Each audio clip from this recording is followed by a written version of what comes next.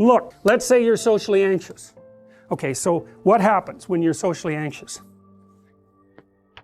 You go to a party, your heart's beating. Why? The party is a monster. Why? Because it's judging you. And it's judging you, it's putting you low down the dominance hierarchy, because that's what a negative judgment is. And that interferes with your sexual success. And that means that you're being harshly evaluated by nature itself. Right? So you are confronting the dragon of chaos when you go into the social situation. And so what do? You're like this, right? You hunch over, and that's low dominance. I'm no threat. It's like, well, that's not going to get you very far.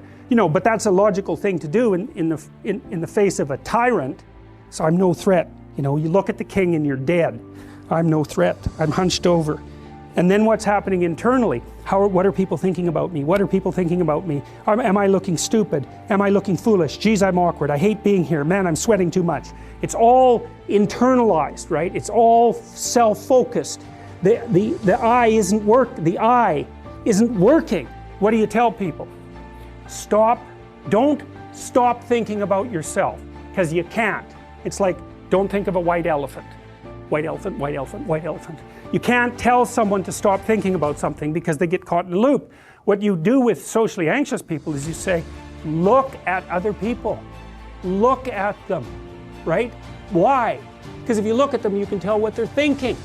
And then unless you're terribly socialized, and some people are. Some people have no social skills, and so the reason they can't go to a party is because they don't even know how to introduce themselves. Like no one ever taught them how to behave. And so they're really good candidates for behavior therapy, because you walk them through the process of how you actually manifest the procedures that are associated with social acceptability. But most people aren't like that. They have the ability. So if they're really introverted and high in neuroticism, they can usually talk quite well to someone one-on-one. Why? Because they look at them. Well, if I look at you, it's another thing to do if you're ever speaking to a group of people. Never speak to the group of people. That doesn't exist. You talk to individuals, and then they reflect for you the entire group, because they're all entrained. So you look at one person, they broadcast to you what everyone's thinking, and you know how to talk to one person. So it's easy. So as soon as you focus on the person, not you, you push your attention outward, use your eye, you push your attention outward, and you start watching. Well, then all your automatic mechanisms kick in, and you stop being awkward. Because if we're talking, and I'm looking here, I don't know what you're going to do next, and I'm going to put disjunctions into they're like bad chords in the melody of our conversation. And the reason is I'm not paying attention. So that's why the eye is the thing at the top of the pyramid. It's like the thing that enables you to win the set of all possible dominance hierarchies is the eye. Pay attention. Pay attention. That's the critical issue. That's why the Egyptians worshipped Horus. That's why Horus was the thing that rescued Osiris from the depths. It's the capacity to pay attention. What do you pay attention to most? What your right hemisphere signals as anomalous. It attracts your attention. It's like, this isn't going quite right. I'm not looking at that. Wrong. That's what you look at. That's what you look at. What's not going right, because that's the terrible monster that might eat you, but it's also the place you get all the information. So that's why it's useful to have discussions with your enemies, because they will tell you things you do not know. And that's such a great thing, because if you don't know them, well, you're not very smart, are you? You know, there may be a time when you go somewhere that's the thing you need to know. And maybe your enemy will tell you why you're such a fool, you know, and a bunch of other things that aren't true too. But even one thing that's accurate, it's like, yeah, thanks very much, man, maybe I'll do some work on that, and I won't have to carry that forward. So, and then that's part of the reason, again, why the terrible predator, it's always the terrible predator that has the gold. It's like, it's the person who delivers the message you do not want to hear. So it's rough, but it doesn't matter. Life is rough. To move forward, you know. I mean, I've dealt with lots of people who have anxiety disorders, you know. And one thing about people who have anxiety disorders is they are not mysterious to me. I understand, it's no problem for me to understand why people have anxiety disorders, or why they're depressed, or why they have substance use problems. The mystery to me is always why people don't have all of those things at once, because everybody has a reason to be anxious. In fact, we have the ultimate reason to be anxious because we know that we're vulnerable and we know that we're going to die. And how you cannot be anxious under those circumstances is a great mystery. It's a massive mystery. And the same thing applies with regards to depression. And then the same thing applies to some degree with regards to drug and alcohol abuse. As I said last week, there's plenty of reasons to drown your consciousness in alcohol, that's for sure. We could refer to the aforementioned anxiety and depression, not least. And so, and the sorts of drugs that people are prone to take are chemicals that take the affective edge off the tragedy of life. So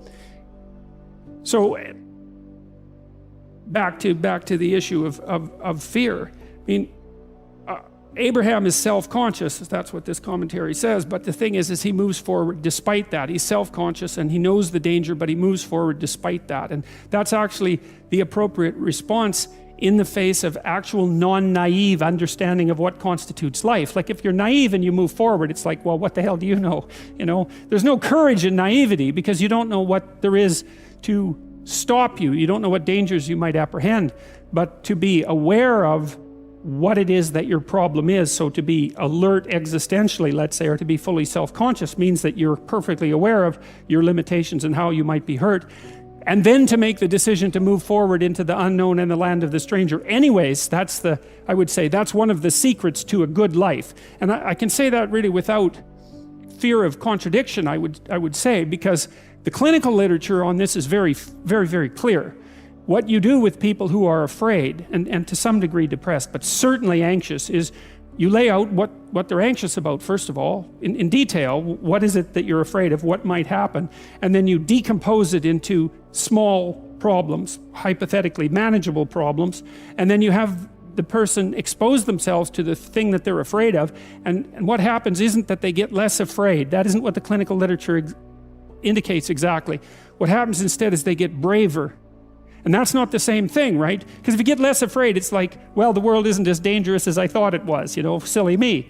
If you get braver, that's not what happens. What happens is, yeah, the damn world's just as dangerous as I thought, or maybe it's even more dangerous than I thought, but it turns out that there's something in me that responds to taking that on as a voluntary challenge and grows and thrives as a consequence. And there's no doubt about this. Even the psychophysiological findings are quite clear.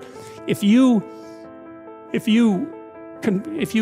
impose a stressor on two groups of people, and on one group the stressor is imposed involuntarily, and on the other group the stressor is picked up voluntarily, the people who pick up the stressor voluntarily use a whole different psychophysiological system to deal with it. They use the system that's associated with approach and challenge, and not the system that's associated with defensive aggression and withdrawal. And the system that is associated with challenge is much more associated with positive emotion and much less associated with negative emotion. It's also much less hard on you because the defensive posturing system, the prey animal system, man, when that thing kicks in, it's all systems are go for you, you know. The gas is pushed down to the pedals pushed down to the metal and the brakes are on. You're using future resources that you could be storing for future time right now in the present to ready yourself for emergency. So there's nothing simple or trivial at all about the idea of being called to move forthrightly forward into the strange and the unknown. And there's a real adventure that's associated with that, right? So that's an exciting thing, which is part of the reason why people travel. And then also to see yourself as the sort of creature that can do that, is willing to do that on a habitual basis, is also the right kind of tonic for, I hate this word, for your self-esteem. You know, because the self-esteem has nothing to do with feeling good about yourself. As I already mentioned, there isn't necessarily a reason why a priori you should just feel good about yourself. But if you can view yourself acting in a courageous and forthright manner and encountering the world and trying to improve your lot and taking risks, you know, in a non-naive way, well, then you have something that you can comfort yourself with at night when you're wondering what the whole damn point of your futile and miserable life. And that's necessary because it's often the case that you wake up at 4 in the morning, or at least sometimes the case that you wake up at 4 in the morning when things haven't been going that well and wonder just what the hell the point is of your futile and miserable life. You have to have something real to set against that. It can't be just rationalizations about how, you're a valuable person among others, even though that's true. That's not good enough. You need something that's more realistic to set against that. And observing courage in yourself is definitely one of the things that can help you sleep soundly at night when things are destabilized a little bit around you.